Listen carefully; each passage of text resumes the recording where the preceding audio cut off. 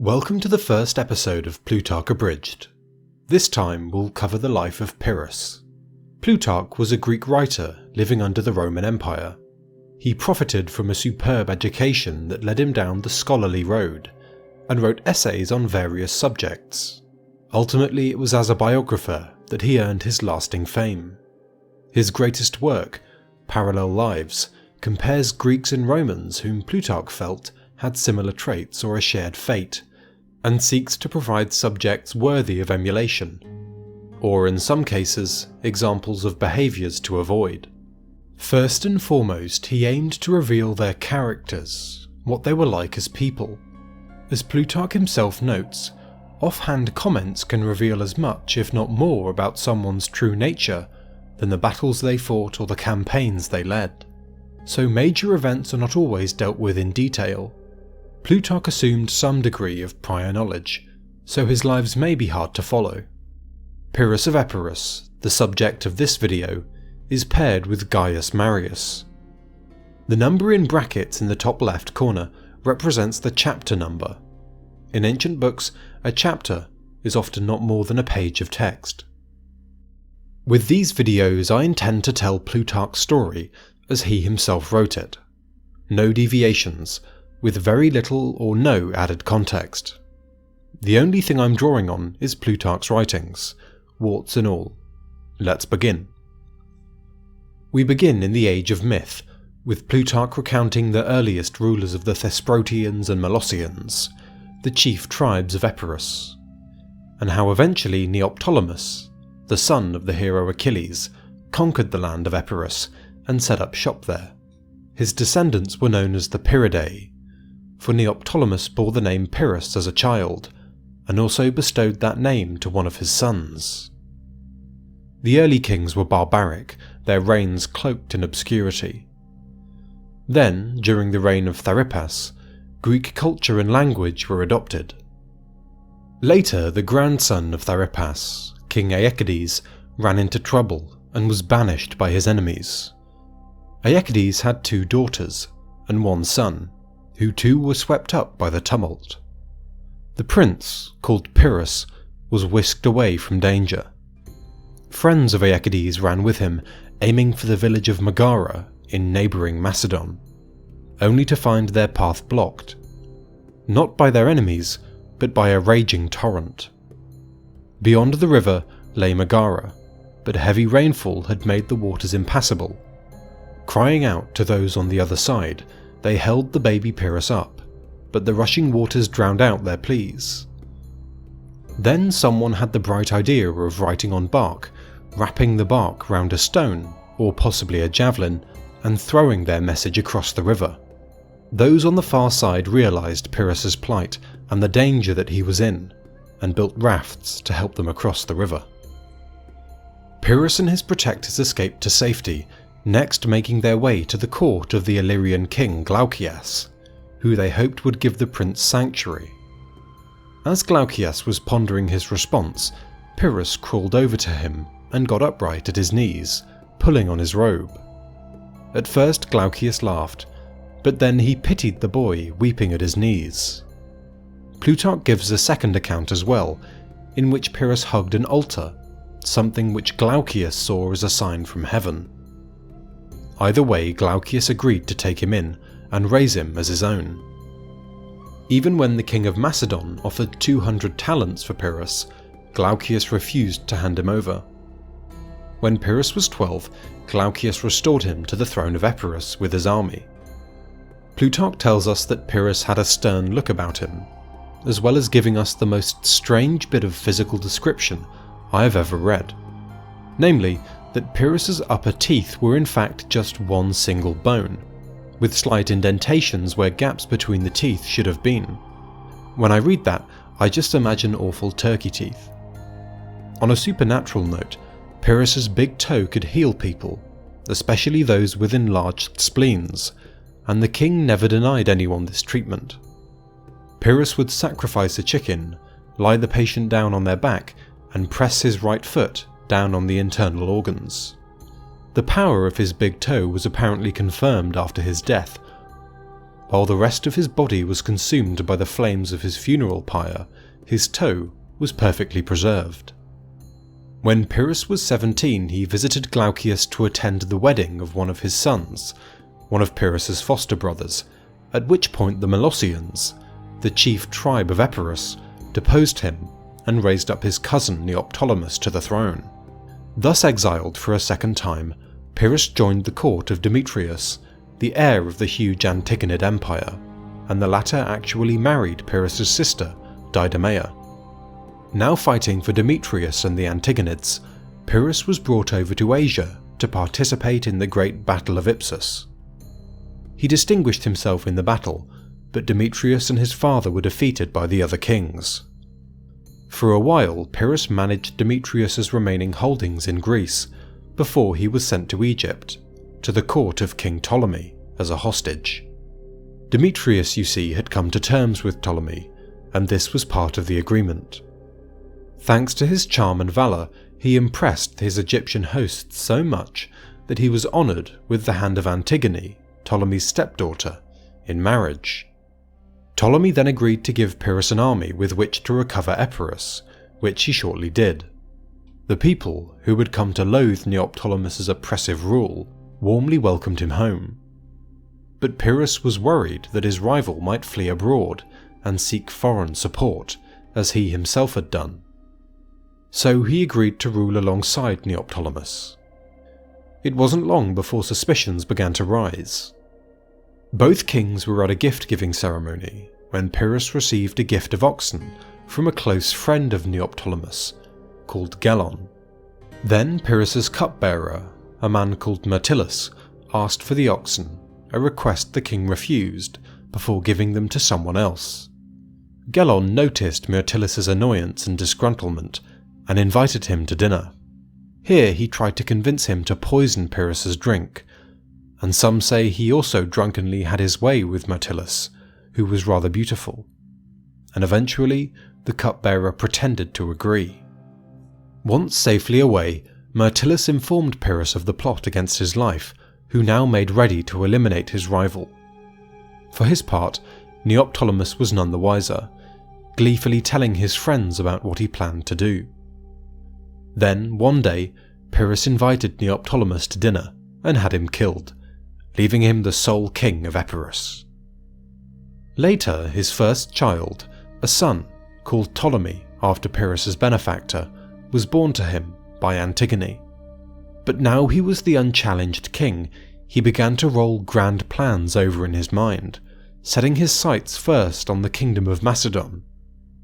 At the time it was ruled by two brothers, Antipater and Alexander, who quickly fell out. Alexander asked for help from both Pyrrhus and Demetrius, who had rebuilt a power base in Greece. Pyrrhus arrived first and demanded some territory in return for his help, which was granted. So he began to chase Antipater out of the country. This worried the powerful neighbouring king of Thrace, Lysimachus, who tried to trick Pyrrhus into leaving Antipater alone. Lysimachus drafted a letter to look as if it came from King Ptolemy, ordering him to end his campaign and accept an indemnity of 300 talents from Antipater. The second Pyrrhus began to read it, however, he realised it was a forgery.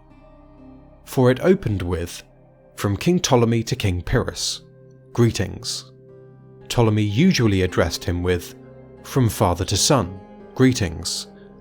So Pyrrhus immediately called Lysimachus out for his duplicity, but nevertheless agreed to make peace between the rulers.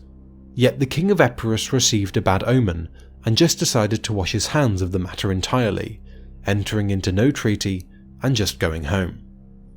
Meanwhile, Demetrius, whom Alexander had also asked for help, arrived in Macedon. By now Alexander no longer needed his help, and when Demetrius realised this he became distrustful, as did Alexander.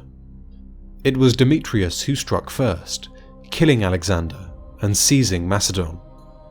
Now they were neighbours, the ambitious and restless natures of both Pyrrhus and Demetrius drove them into conflict, and the death of Diademea, Pyrrhus's sister and Demetrius's wife, severed their dynastic link.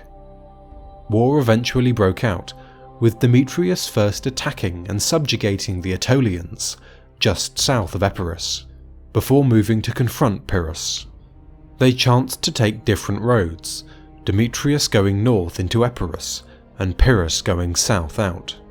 So Demetrius raided Epirus, while Pyrrhus faced the forces Demetrius had left behind in Aetolia. This army was led by Pantaucus, the best of Demetrius's generals, and he bravely challenged Pyrrhus to single combat. And in order to prove that he was worthy of Achilles, his mythical ancestor, Pyrrhus accepted.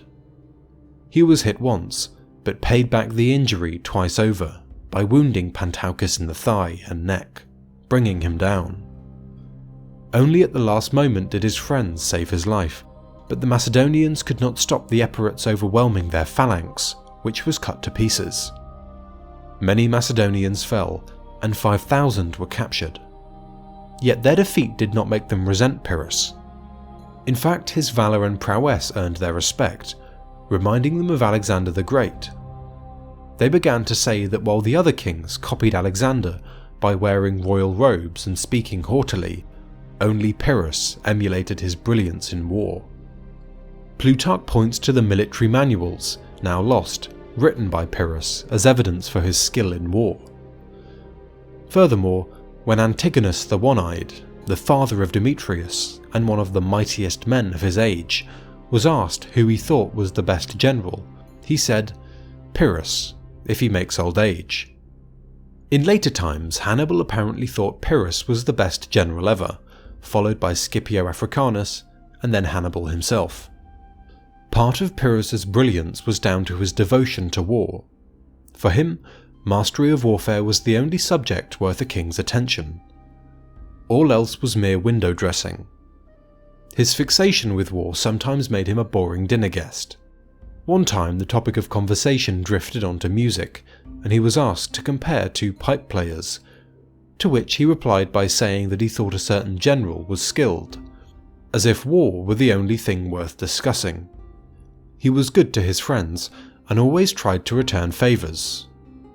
Once a friend of his called Oropus died, with Pyrrhus still owing him a favour. "Death was inevitable for Oropus as it is for all of us," the king said sadly, "but it was wrong of me to have failed to demonstrate how grateful I was to him. I deeply regret my constant postponements and delays." In the face of critics, he was good-humoured, as shown when some drunks who had spoken ill of him were brought before him, and he asked if they had said what they had said. "Yes, my lord," replied one, "and would have said even more if the wine hadn't run out." At which point Pyrrhus just laughed and sent them on their way. Another time, when faced with another vehement critic, someone suggested sending the man into exile, but Pyrrhus refused. "No, let him stay here," he said. "I'd rather have him revile me where only a few people can hear him. I don't want him going around abusing me to all mankind." After the death of his first wife Antigone, Pyrrhus took several more, all the daughters of kings. He married the daughter of the king of Paeonia. He married Burkenna, whose father ruled part of Illyria, and finally Lenassa, the daughter of Agathocles of Syracuse. As her dowry, Pyrrhus was presented with the island of Corcyra, just off the coast of Epirus. As stated, his eldest son was Ptolemy, whose mother was the late Antigone. Second in age was Alexander, born by Lenassa. His youngest son was called Helenus, and his mother was Burkenna. He endeavoured to give them all martial, warlike educations, and when one of them asked who should inherit the kingdom, Pyrrhus replied, "The one with the sharpest dagger." After his victory over Pantaucus, Pyrrhus returned home in high spirits. A nickname attached itself to him in Epirus, where people began calling him the Eagle. When he heard of this, he humbly said, "It is thanks to you that I am an eagle, for how could I not be, with your weapons the winged feathers that allow me to soar?" Still, he had his sights on Macedon, and when word got to him that Demetrius had fallen critically ill, he attacked at once. What began as a chance to plunder quickly snowballed as he faced no opposition at all, until he reached the city of Edessa. even being joined by deserters from among the Macedonians. Despite his illness, Demetrius arose from the sickbed, assembled a big army, and chased Pyrrhus off, whose primary aim was plunder, not a great conflict. The Epirites lost part of their army to the Macedonians as they retreated. Demetrius was finding Pyrrhus to be something of a distraction. His real aim was to restore his father's Asian empire, for which he was assembling 100,000 men and a navy of 500 ships, and so he arranged a peace treaty with the Epirate king. The other kings, however, were alarmed by Demetrius's plans and wrote to Pyrrhus, telling him that by leaving the Macedonian king unmolested, he was essentially agreeing to fight him on his own terms. That is, after he had grown powerful following the conquest of Asia. They also said that he ought to get his own back at Demetrius after the latter had accepted Pyrrhus's runaway wife Lanassa. She was jealous of the attention he had given his other barbarian wives. After marrying her, Demetrius then took the island of Corcyra too. Meanwhile, the other kings took the war to Demetrius's shores. Ptolemy approached Greece with a great fleet, trying to get the cities there to revolt against the Macedonians. Lysimachus invaded from the north with his army, raiding and plundering. Making his move, Pyrrhus invaded at the same time, sweeping in the west. As he began his attack, he had a dream of Alexander the Great. He had been summoned by the great king to an audience, and when he arrived he found Alexander lying ill.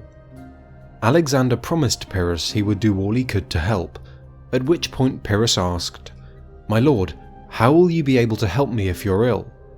"By the power of my name," said Alexander, now sitting atop a mighty Nisaean stallion.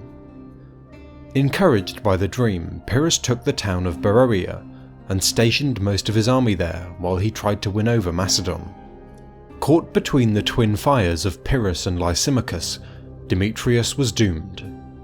He thought the men were more likely to defect to Lysimachus than Pyrrhus, so Demetrius marched towards the latter.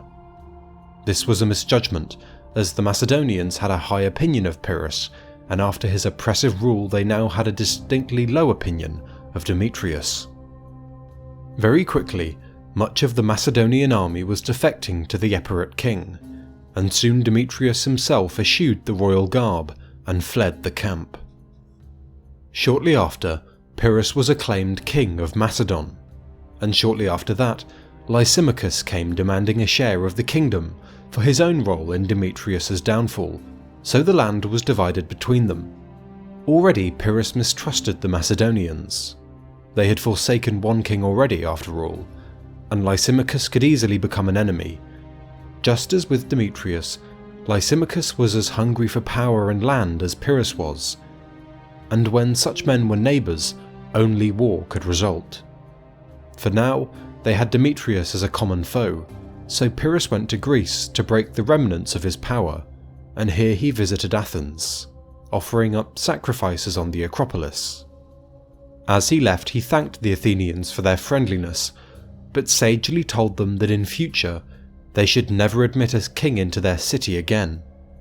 Demetrius was forced from Europe into Asia, where finally he was captured in Syria. His remaining scattered holdings went to his eldest son, Antigonus Gonatas. Now Demetrius was gone, Lysimachus wasted no time in driving Pyrrhus from Macedon. He seized Pyrrhus's supply depots and seduced the leading figures of the kingdom over to his side. In the end, Pyrrhus chose not to rely on the faithless Macedonians and left for home, losing Macedon the same way he won it. Plutarch strikes a moralizing tone and says that kings shouldn't blame their subjects for switching sides when it benefits them, because they are just imitating their rulers. Once again, Pyrrhus was confined in a kingdom too small to house the ambition of his soul. Despite having the chance to live quietly, he could not stand inaction. For Pyrrhus it was, as Plutarch writes, as boring as being becalmed at sea. So he sought out war, and found it in the west. The Greek city of Tarentum in southern Italy was at war with Rome, and lacked the strength to defend itself, but the Tarentines had heard of the Epirate king's aptitude for war, and furthermore they thought he was the most willing to lend his strength to a venture in the west. Any doubters were silenced, although a Tarentine called Meton argued against inviting Pyrrhus by wandering into the public assembly dressed like a reveller, ready to break into song. When the people saw Meton like this, they called on him to give them a tune. Yet when silence fell, he did not sing but spoke the following words: "People of Tarentum, you're quite right to indulge those who want to have fun and party while they can. In fact, if you're sensible, all of you will enjoy your freedom now, because things are going to be very different when Pyrrhus reaches the city.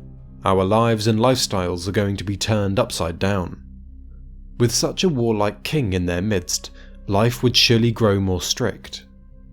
The people mulled over Meton's words, muttering approval, but then those strongly opposed to Rome whipped up the crowd and had Meton ejected from the assembly. So delegates from Tarentum and the other Italian Greek cities went to Epirus, there to ask Pyrrhus for his help. They promised that the coalition against Rome could supply 350,000 infantry and 20,000 cavalry, and Pyrrhus duly agreed to help. At the Epirot court there was a wise orator, a man called Cineas, whose eloquence was said to be reminiscent of the great Demosthenes. He was Pyrrhus's preferred ambassador, and the king claimed that his words had won him more cities than his weapons ever had. Now this Cineas asked Pyrrhus what he planned to do after the war with Rome was won. The king said that with the Romans gone, Italy would fall to him. But what then? Pyrrhus said that Sicily would be conquered. But what then? Asked Cineas. With Sicily under his rule, the final challenge would be the conquest of Africa and Libya. Of course, Cineas replied. With those under his rule, then nobody in Macedonia or Greece could challenge his hegemony. But what shall we do next, Cineas asked, when we rule it all? Pyrrhus just laughed, saying they'd drink and tell stories and have a grand time together. To which Cineas replied that they could do that right now if he wanted, without having to inflict and endure such disruption and bloodshed. The king was troubled by this, and saw the happiness in the peaceful kind of life that Cineas advocated, but in the end he could not pull himself away from following his dreams of conquest and glory. The Epirots sailed on for war. Cineas was sent ahead to Tarentum with 3,000 men, while a transport fleet was assembled to ferry the main Epirot army across, which consisted of 20,000 infantry, 3,000 cavalry, 2,000 bowmen, 500 slingers, and 20 elephants. As they crossed, a great wind kicked up, scattering part of the fleet towards Sicily and Africa, while the rest, including Pyrrhus's royal flagship, were put in grave danger along the Italian coast.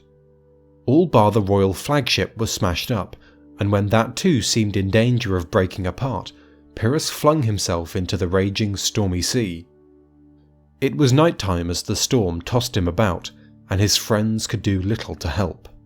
Only after much effort the king of Epirus washed up on the coast of Messapia, modern Apulia, after the break of dawn. The locals helped him out until he found some surviving ships. They carried 2,000 infantry, but hardly any cavalry, and just 2 elephants. Cineas came out to meet his master, and later some of the ships scattered towards Africa and Sicily came in too. With most of his army back together, Pyrrhus now put Tarentum on a war footing. Parties and revelry was outlawed, while the gymnasia and public spaces were closed down. Everyone was called up to serve, with the result that some people left, decrying the slavery they now had to endure. But the Romans, led by their consul Laevinus, were now on their way, and began to plunder the region of Lucania. Pyrrhus had yet to receive reinforcements from his Italian allies, but he could not tolerate delay, and so rode forth to meet the enemy. He sent a herald on ahead of him, asking whether the Romans might prefer to receive compensation from the Italian cities, instead of war. He offered to adjudicate their dispute. Laevinus tersely replied that the Romans did not want Pyrrhus as an adjudicator, nor did they fear him as an enemy, so the king encamped his army near Heraclea. Meanwhile, the Romans had encamped on the other side of a river, the Siris, and when Pyrrhus learnt of this he rode out quietly to observe his foes. Turning to a friend he said, "There's nothing barbarian about these barbarians' discipline, but we'll soon find out what they're capable of." He decided to wait for his reinforcements and put a force to guard the river. But the Romans hoped to catch him before he had been strengthened, so they immediately began to cross the river. Their infantry waded through the ford, whilst their cavalry crossed everywhere, attempting to flank the Epirot river guard. When Pyrrhus got word of the attack, he rode with 3,000 cavalry to smash the Roman horse while they were still scattered after their crossing. He found the Roman cavalry massed and in good order, but charged them nonetheless. Pyrrhus displayed rational generalship as well as personal bravery, and never got too involved in one part of the battle, instead riding this way and that, and ordering reinforcements to go wherever they were needed, keeping the whole sweep of the battle in his mind. A certain Italian was waiting for a chance to charge and strike Pyrrhus down, but when he was pointed out to the king, he said, "He or any other Italian who engages me at close quarters will regret it." The Italian eventually did have a crack at Pyrrhus and struck his horse down, but was killed himself. This taught Pyrrhus to be more careful, so as he was bringing up his heavy infantry, he gave his friend Megacles his royal armour. Megacles now pretended to be the king. The battle swung this way and that, as all the forces got involved, going back and forth 7 times apparently. Megacles, wearing Pyrrhus's armour, was struck down by a Roman called Dexius, who rode to the consul Laevinus carrying Pyrrhus's helmet. Thinking him dead, the Epirot troops began to waver until Pyrrhus rode past and cried out that he was alive. Victory was finally delivered by the elephants in the Epirot army, who terrified the Roman horses and caused them to panic and run, allowing Pyrrhus to sweep the Roman cavalry from the field. Plutarch reports conflicting casualty counts for the battle from earlier historians. Dionysius of Halicarnassus reports 15,000 Roman losses and 13,000 for Pyrrhus, but Hieronymus of Cardia says the Romans lost 7,000 and Pyrrhus 4,000. Many of Pyrrhus's losses were his best troops and his closest friends, but he took the Roman camp and marched up not far from Rome itself. He scolded his Italian allies for turning up late, but was clearly pleased with himself for having won. The consul Laevinus was kept on as the Romans' general, despite criticism from a certain Gaius Fabricius that the Epirotes had not beaten the Romans, but rather Pyrrhus had beaten Laevinus, meaning that Laevinus's generalship had been the reason for the defeat. Nevertheless, the Romans quickly replenished their forces, worrying Pyrrhus so much that he sent Cineas to try to secure peace and a pact of friendship. He thought he would have little chance of taking Rome outright, you see.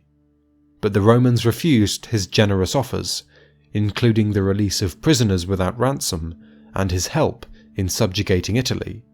And all the gifts Cineas had brought with him were refused as well, with the Romans saying that they would wait for peace to accept any gifts, and then they too would express their gratitude to the king. All Pyrrhus asked in return was that he be named a friend of Rome, and that Tarentum be left alone. Some of the senators began to waver and were inclined to accept, but then a Roman of great renown called Appius Claudius suddenly returned to the Senate. He was old and blind, but the senators fell silent in deference to him, and listened as he spoke. To summarize, he blasted them for cowering before Epirotes, and stiffened their spine. The Senate sent its official response, that peace was off the cards until Pyrrhus had left Italy. In addition to his duties as an ambassador, Cineas spent his time in Rome trying to understand the political system, writing to his king that the Senate seemed to be a council made up of many kings. As for the people of Rome, he feared that they were fighting a Lernaean hydra. By this, he was referring to the mythical serpent that Heracles killed in his second labour, which could grow back 2 heads for every one cut off. The consul Laevinus seemed to have gathered twice as many men as before, and there were still more Romans waiting to be called up to service. Later, the Roman Gaius Fabricius was negotiating with Pyrrhus for a release of prisoners. Fabricius was well respected but poor, so the king offered him a gift of money, not as a bribe, oh no, but just as a friendly gesture. Fabricius refused, so the next day Pyrrhus tried to shock him with an elephant, but Fabricius remained as cool as a cucumber. Then, at dinner, Fabricius was being told about the teachings of the Epicureans, a Greek school of philosophy that advocated the pursuit of pleasure and avoidance of pain. One of their teachings held that politics should be avoided as a detriment to happiness, to which Fabricius, not above humour, cried out, "Heracles, may Pyrrhus and the Samnites follow these teachings for the duration of the war with us." Overall, Pyrrhus was deeply impressed by Fabricius and invited him to join his court and rank among the greatest in his realm. But the Roman refused, wryly telling him that if he stayed too long among the Epirates, they would soon want him for a king instead. A typical Fabrician response, and Pyrrhus was not offended in the slightest. Instead, he allowed the Roman hostages to return home to celebrate the festival of Saturnalia, after which they were to return back to him. And indeed, the Romans sent their countrymen back to Pyrrhus after the festival was done, promising the death penalty for anyone who remained in the city. A while later, after Fabricius had been elected to the consulship, Pyrrhus's doctor sent a secret message to him, promising to kill the king in return for a suitable reward. Fabricius found this repulsive and immediately wrote to Pyrrhus to warn him, with his letter being quoted by Plutarch, and running as follows: Gaius Fabricius and Quintus Aemilius, consuls of Rome, to King Pyrrhus. Greetings. It looks as though you are as poor a judge of friends as you are of enemies. You will see, once you've read this letter, that the men you're fighting are decent and honest, while you have surrounded yourself with treacherous villains. And you should know that we are not telling you this out of the kindness of our hearts, but to ensure that your downfall does not make people think badly of us, and assume that we had to use treachery to win the war, because we were unable to do so by our own prowess.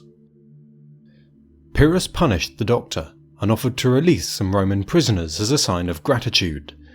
But the Romans did not want to be given things for free, so they released an equal number of Samnite and Tarentine prisoners. In the end, they told Pyrrhus that peace was out of the question until he had left Italy with his army. So a second battle beckoned. This one was fought near the town of Asculum. On the first day, the fighting took place on rough terrain near a river lined with trees, greatly hampering the Epirate army, and offering no chance for Pyrrhus to use his elephants. But he fought on, losing many men and friends until the battle broke off. The second day, Pyrrhus manoeuvred to level ground, allowing his elephants room to move, while securing the broken ground early on. He protected his elephants by placing lighter troops around them, and then led his phalanx forth. Anxious to drive the Epirate infantry back before the elephants could get involved, the Romans attacked with reckless desperation.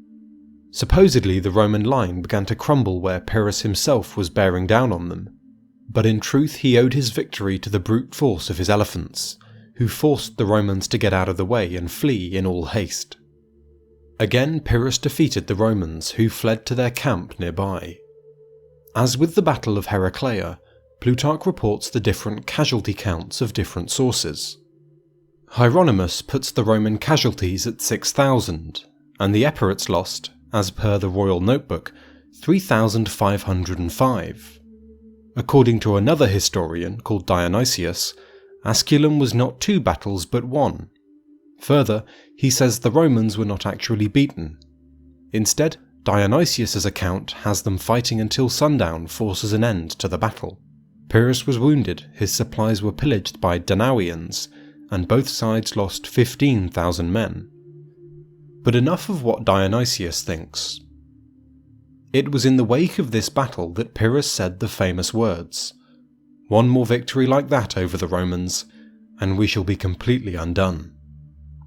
He had lost many men, and a great deal of his friends and commanders, and yet despite his victories the Romans were undaunted. In fact, the resentment they felt for their enemies only enhanced their spirits, and they continued to raise more troops. This was in contrast to Pyrrhus's Italian allies, whose enthusiasm for the war began to slacken. But just as the Roman war was losing its appeal to Pyrrhus, two new opportunities arose from east and west. In the west, the Sicilian Greeks were at war with Carthage and offered to put themselves under his rule in exchange for help against their foes. In the east, the king of Macedon had just been killed by rampaging Celts, and the kingdom was thrown into chaos. It was ripe for the taking. Pyrrhus was annoyed by the bad luck of having to choose between two bits of good luck, hesitating for a long while over which option to go for, before finally deciding on Sicily, partly because of its proximity to Africa, which he hoped to invade one day. He sent his favoured ambassador, Cineas, ahead to Sicily, and left a garrison in Tarentum. This greatly annoyed the Tarentines, who told him to do what he promised to do and fight the Romans, or go away completely, to which he told them to simmer down and wait until he was back. Immediately, things in Sicily went his way, with the Greek cities submitting to him and the Carthaginians putting up weak resistance. He had an army of 30,000 infantry and 2,500 cavalry. The strongest enemy stronghold was Eryx, and during his attack he displayed great personal daring. After first having cleared the ramparts of enemies with a hail of missiles, Pyrrhus stepped forward and prayed to Heracles to let him show his valour. Then he sounded the trumpet and began to ascend the wall with his ladder, being the first up and killing many enemies. The bodies were all piled up around him, and he terrified his foes. The city was taken, and Pyrrhus held sacrifices and athletic games. The Mamertines, a barbaric people from Messana, had been causing trouble for the Greeks, so Pyrrhus dealt with them. Then he had to deal with a peace offer from Carthage. They promised money and ships in return for peace, but Pyrrhus's ambition drove him to reject these terms. Peace, he said, was only possible if they evacuated Sicily entirely, so the king began to assemble a force to attack Africa directly. His demands for ships and manpower, and his increasingly heavy-handed nature, began to alienate and annoy the Greeks of Sicily, who put up with it while they thought it was necessary. But when he executed an eminent citizen of Syracuse, which was the largest Sicilian city, who had hitherto provided him with lots of assistance just because he distrusted him, Pyrrhus had crossed a line. The Greek cities finally began to throw off his tyranny and his constant demands. Some went over to the Carthaginians, others to the Mamertines, and everywhere he looked he faced rebellion. Then he received letters from Tarentum and the Samnites begging for his assistance, and this gave him a pretext for abandoning Sicily. As he did so, he took one last look at the island and said, "What a wrestling ground we're leaving for the Carthaginians and Romans." As he sailed to Italy, his navy was attacked by the Carthaginians and lost many ships, while on land the Mamertines made his life difficult, following him across the straits with 10,000 men. Too afraid to face him in the open, they attacked him in the hills and killed 2 of his elephants. With his rearguard under pressure from the Mamertines, Pyrrhus rode back to take command of the situation, but was hit in the head and began to withdraw. It was then that a particular Mamertine, a huge man in shining armour, called on the Epirot king to show himself, if he was alive. Pyrrhus was enraged by this, and rode back, pushing past his bodyguards, smeared in blood. The very image of fury. With one strike he sliced the Mamertine in 2 down the middle, and as his body fell to either side, the rest of them were shocked into stopping the attack. The Mamertines did not bother him after this, and he returned to Tarentum with 20,000 infantry and 3,000 cavalry. After augmenting this force with the best Tarentine units, he sought out the Romans, who were encamped in Samnium. But few Samnites decided to join Pyrrhus now. They had been broken by the might of Roman arms, and anyway they held a grudge against the Epirot king for having abandoned them in their time of need. The Romans meanwhile had divided their armies in 2. One of the consuls was in Lucania, while the other, Manius Curius, was in Samnium. Pyrrhus sent part of his army to delay the forces in Lucania and give him long enough to crush Curius, leading the main part of his army against him. Curius was near the town of Beneventum, apparently holding still because the sacrifices had not favoured moving, so Pyrrhus rushed to attack while he was isolated. At the battle site, the Epirot king hoped to take the Romans by surprise, and led his best men and elephants to march by night and attack the enemy encampment. But the route they took went through a dense forest, and in the darkness they moved slowly until their torches failed. The sun rose, and they were soon easily visible to the enemy. The element of surprise was entirely lost. Of course, the sight of Pyrrhus still shocked the Romans as he bore down on them, but they quickly armed themselves and attacked the Epirots. They soon made the first men they encountered flee back, and their panic spread to the others. The Epirots fled, losing lots of men and some elephants in the process. As they fought, the Romans came down from the higher ground onto the flat terrain, and in this open space Curius again routed the Epirots, although the elephants caused some trouble for them again. At one point his men were overwhelmed and driven back to the camp, but he had men armed with javelins drive them off. The elephants now turned around and careened into their own Epirot ranks, completely destroying their order and securing victory for the Romans. Their victory here allowed for their complete domination of Italy, and then later Sicily too. Having fought in the west for 6 years, Pyrrhus's hopes there had finally been dashed entirely. Though he remained upbeat, and people still acknowledged that as a general he was a match for any of the other kings, they thought that he lost what he gained by reaching too high and biting off more than he could chew. His ambition and his restlessness made him unable to secure his gains. Antigonus Gonatus, a contemporary king and the son of Demetrius, compared him to a gambler who got good rolls but made poor use of them. His next roll of the dice would take him back to Macedon.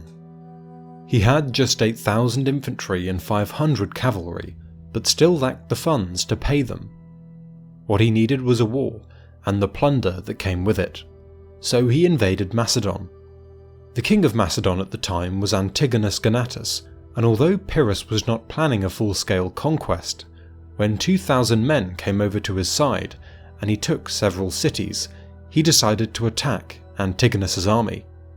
In the battle, the Macedonian army broke and fled, but the Celts in Antigonus's pay fought ferociously until all of them had been slaughtered.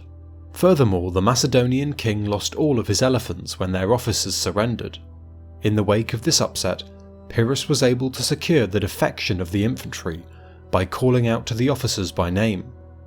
Antigonus had been almost entirely driven out of the country, but still held some of the coastal cities. Of all these successes, Pyrrhus believed his slaughter of the Celts in Antigonus's army enhanced his reputation the most, so he dedicated many of the spoils from that fight to a sanctuary of Athena Retonis, along with the following inscription: "The shields hanging here, taken from the insolent Celts, Pyrrhus of Molossus gave to Athena Retonis, after annihilating the army of Antigonus. No cause for surprise, the Aeacidae have always been brave spearmen." Fresh off his success, Pyrrhus took the important cities of Macedon, such as Aigai, where the old kings were buried. Yet he placed a garrison of Celts here, who subsequently dug up the ancient tombs and greatly offended the Macedonians. Pyrrhus did not punish them, much to the chagrin of his new subjects. There was unfinished business in Macedon, not least Antigonus, whom Pyrrhus called shameless for continuing to wear the robes of royalty, but Pyrrhus failed to secure his position, becoming distracted by affairs in Greece. A Spartan called Cleonymus, who had been passed over for the throne, invited the Epirot king to invade, and Pyrrhus couldn't help himself. Cleonymus's disgruntlement with his countrymen sprang from two sources. Firstly, as said, he had been passed over for the throne. Secondly, his wife was madly in love with the son of the very king who had been put in Cleonymus's place. So this was why he called the Epirot king down to Sparta. Pyrrhus brought with him 25,000 infantry and 2,000 cavalry, along with 24 elephants. Immediately the Spartans were spooked by the scale of his preparations, but he lulled them into a false sense of security by claiming he wanted to send his sons to Sparta for a military education. As soon as he was in Laconia, the country of Sparta, he gave the lie to his prior words by ravaging the land. When a Spartan ambassador protested, Pyrrhus replied that the Spartans never warned others of their intentions either, and then another Spartan, called Mandraclidas, spoke up. In his Spartan dialect, which has been represented in my translation with some vernacular English, he said, "Well, if you're a god we shall suffer nae harm, since we're doing ye nae wrong. But if you're a man, there'll aye be someone more strong than ye." So the friends of Cleonymus got his house nice and tidy, and in anticipation of a visit from the Epirot king. But it was night by this point, and the Epirot king was worried that his men might sack it if they went in by night. In any case, the suddenness of his attack had caught the Spartans unprepared. One of their kings, Arrhaeus, was away in Crete with an army. Pyrrhus was sure of success the following day.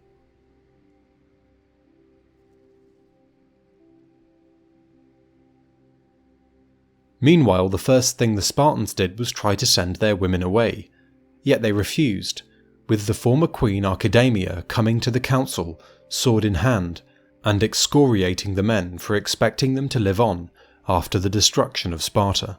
So the women stayed, and the Spartans began to build a trench to face where Pyrrhus was coming from. At the end of the trench, carts were sunk into the earth to form a barricade against the elephants. The women got involved too, helping the older men with their work and suggesting that those of fighting age should rest and prepare for the battle.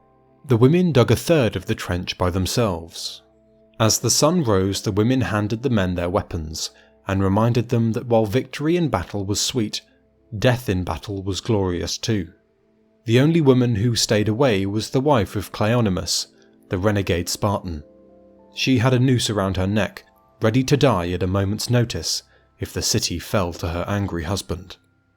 Pyrrhus launched a frontal attack with his infantry, while his son Ptolemy led 2,000 Celts and some Chaonians to the end of the trench, where the cart barricades were. The son of the Spartan king, Acritatus, the same youth who had seduced Cleonymus's wife, led a detachment of 300 men to outflank and attack Ptolemy's men from behind, driving them back. When the rest of the Spartans watched Acritatus returning from his heroic display, he seemed taller and more handsome than before, and the women in particular envied his lover, while the older men goatishly told him to make good sons for Sparta when he lay with her. While this was going on, Pyrrhus was in the thick of it, fighting an intense but ultimately fruitless battle, as he was forced to withdraw when night fell. That night he dreamt that Sparta was struck by thunderbolts hurled by an eagle, and consumed by flames. Naturally, he took this as a good omen, foretelling his conquest of the city by storm, and ordered an attack. But one of his friends, a man called Lysimachus, disagreed with the king's interpretation of his dream. Places hit by thunderbolts, he said, were off limits to mortal men. This was the god's way of warning him that he could not enter. Pyrrhus, naturally, was not prepared to accept this. The idea of places being sacrosanct was a folly, useful for fooling peasants, but they would attack. As the sun rose, the attack began anew. Again the Spartans defended their city with everything they had. The women distributed throwing weapons and refreshments to any men who needed them, but the attackers began to fill in the moat, while Pyrrhus tried to get around it, and might have succeeded had his horse not been felled from under him. His flanking party was subsequently driven off with a hail of javelins. Still, Pyrrhus was confident of victory and called a halt to things, as now almost all of the Spartans were dead or wounded. Sparta seemed as if it was on the brink of falling, until reinforcements from Antigonus Gonatus, who had followed Pyrrhus into Greece, arrived. These were 2,000 strong, and led by a certain Amanias of Phocis. Shortly after Amanias turned up, the Spartan king Arrhaeus returned from Crete with a further 2,000 men. Now the situation seemed far more secure for the Spartans. Their women went home, and their old folk were similarly allowed to withdraw. They now deployed for battle. The sight of this only strengthened Pyrrhus's competitive urge to take the city, but he now achieved nothing beside the loss of more men. The Spartan expedition was proving to be lots of pain and little gain, so he began to put space between himself and the city, and began plundering Laconia again. He at first thought to winter here, but was distracted once more by a new opportunity, this time in the city of Argos. A civil war was afflicting the city, and two men, Aristeus and Aristippus, were fighting for control. Now Aristippus was friendly with Pyrrhus's rival Antigonus Gonatus, so the Epirate king decided to support Aristeus. For Pyrrhus, new adventures were always metastasizing out of old ones, and he compensated for defeats in one area with bold new ventures in the other. He quickly broke camp and hastened for Argos, but the king of Sparta, Arrhaeus, launched several more attacks as the Epirates were going through hostile terrain, and much of Pyrrhus's rearguard was lost. Pyrrhus had been warned by a seer that he would lose a member of his family, but in the rapidly changing environment of ambushes and battles, he ordered his eldest son, Ptolemy, off to the rearguard with some cavalry, to fend off the Spartans and help get his army out of danger. Ptolemy was engaged by an elite Spartan unit, and while his bodyguards were engaged, one of the enemy slipped past and struck him dead, and with his death his men took to their heels and fled. The Spartans gave chase, but soon found themselves exposed on level ground.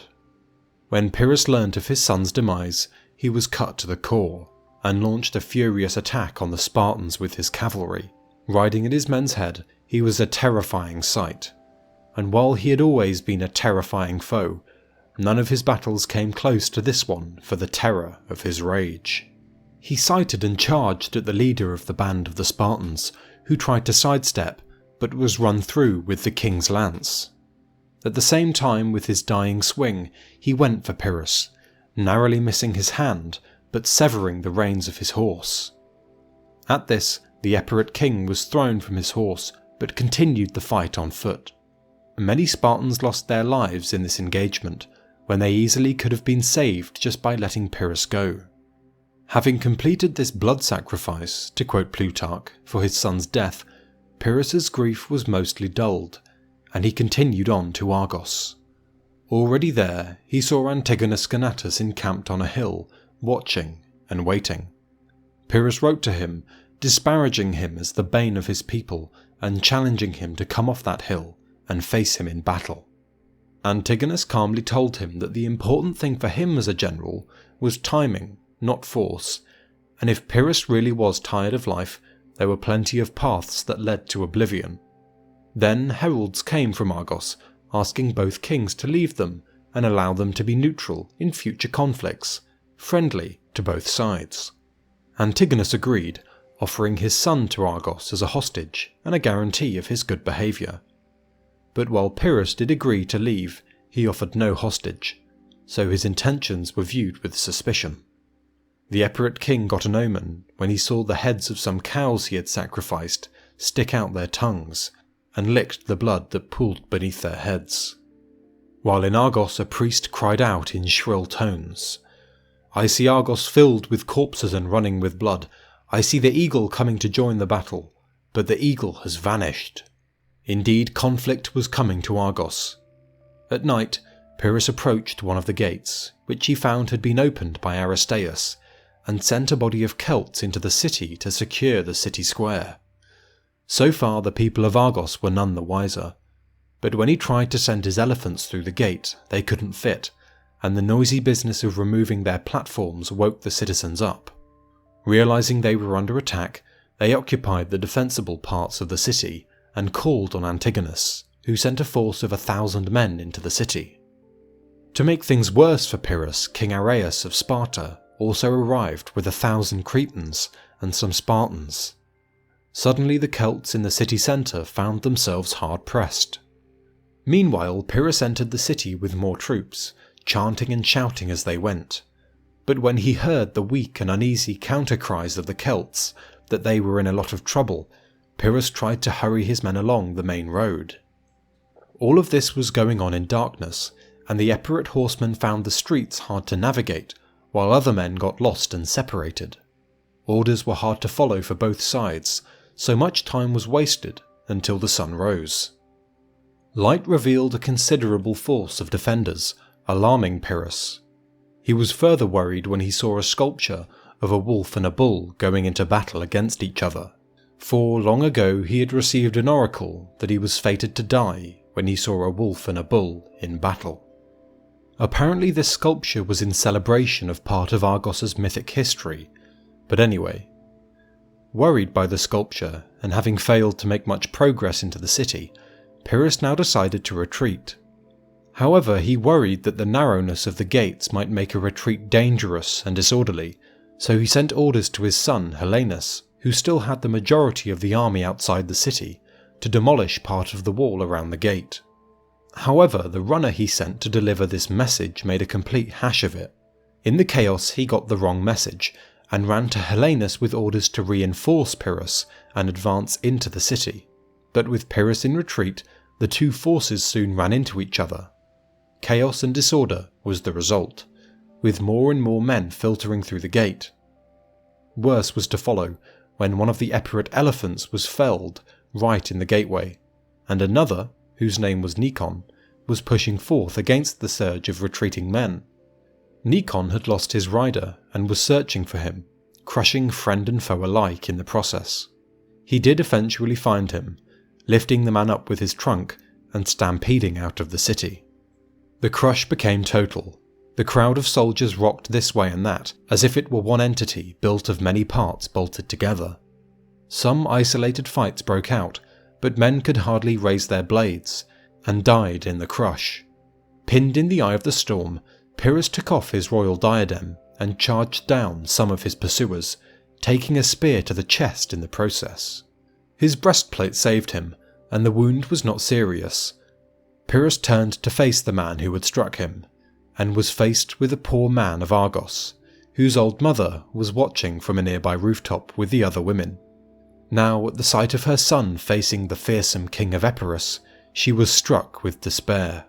All she could do was lift a roof tile with both hands and hurl it at the enemy.